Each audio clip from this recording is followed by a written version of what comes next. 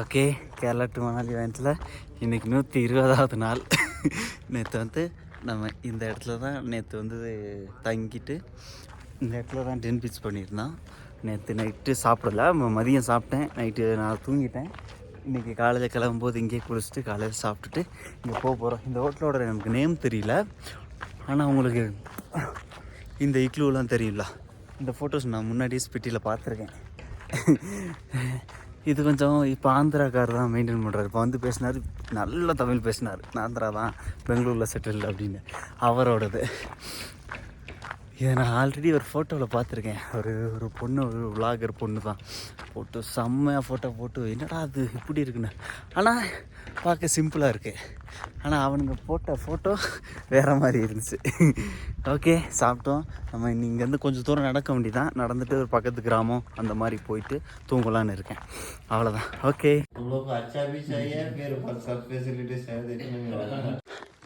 கீமானஸ்டி அந்த இருக்கு பாருங்கள்.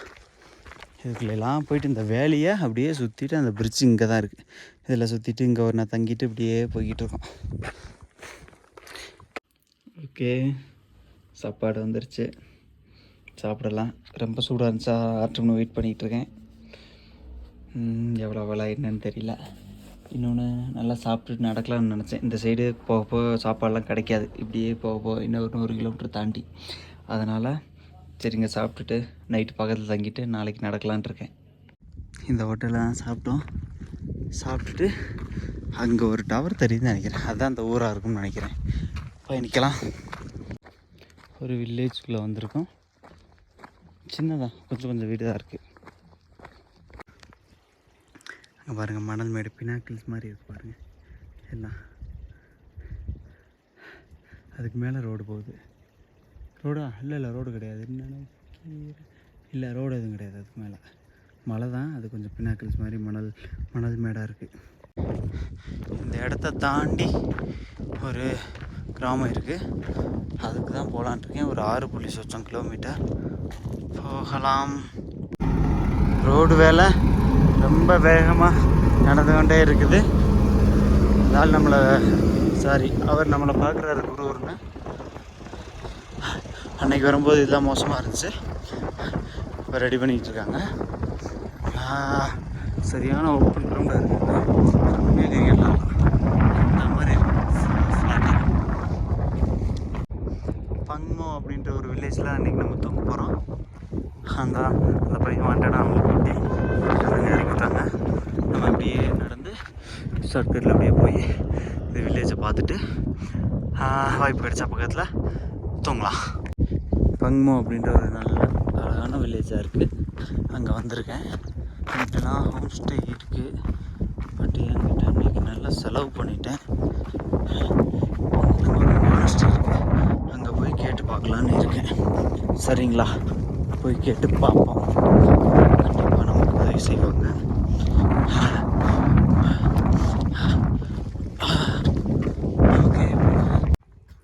ஓகே, இங்கே பாருங்கள், ஒரு பள்ளத்துக்குள்ளே ஒரு மாடு இருக்குது. ஹாய். ஓகே, வில்லேஜுக்குள்ளே போகலாம். பயங்கரமாக காத்தடிச்சிச்சு.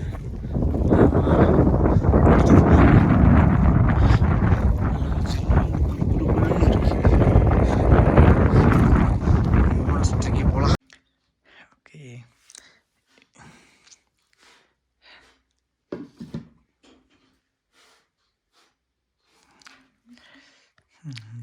ஓகே, இன்றைக்கி பயணம் முடிஞ்சிச்சு. இன்றைக்கி ஒரு மானஸ்ட்ரியில் வந்து கேட்டு தூங்க வந்திருக்கேன். இந்த மானஸ்ட்ரியில் ஒரு அற்புதம் என்னென்னா, எல்லாருமே பெண்கள். நான் ஃபோட்டோஸ் வீடியோஸில் பார்த்துருக்கேன், லேடிஸ் மாங்ஸ் எல்லாம். இன்றைக்கி தான் நான் பார்த்தேன். இங்கே இது ஸ்கூல் மாதிரி தான், இது கொஞ்சம் பெரிய மானஸ்ட்ரியாக தான் இருக்குது. இந்த ஏரியாவில் உள்ள ஒரு சின்ன ஸ்கூல் மாதிரி. உண்மையில் ரொம்ப அற்புதமாக இருந்துச்சு. வந்தோடனே வெளியில் தூங்கிறேன்னே பரவாயில்ல அப்படின்னு சொல்லிட்டு இந்த மாதிரி இருந்துச்சு பெட்டெல்லாம். அதை நமக்கு இப்படி ரெடி பண்ணி கொடுத்துருக்காங்க. நீங்கள் இதில் தான் தூங்க போகிறோம். இந்த சோஃபா அதெல்லாம் வெளியில் கிடந்துச்சு, தூக்கிட்டு வந்து 2 பேரும் டக்கு ரெடி பண்ணி, பரவாயில்ல நீங்கள் நல்லா தூங்க அப்படின்னு சொன்னாங்க. ஓகே, நல்லது, தூங்கலாம். அவ்வளோதான், என்ன சொல்கிறேன்னு தெரியல. பாய்.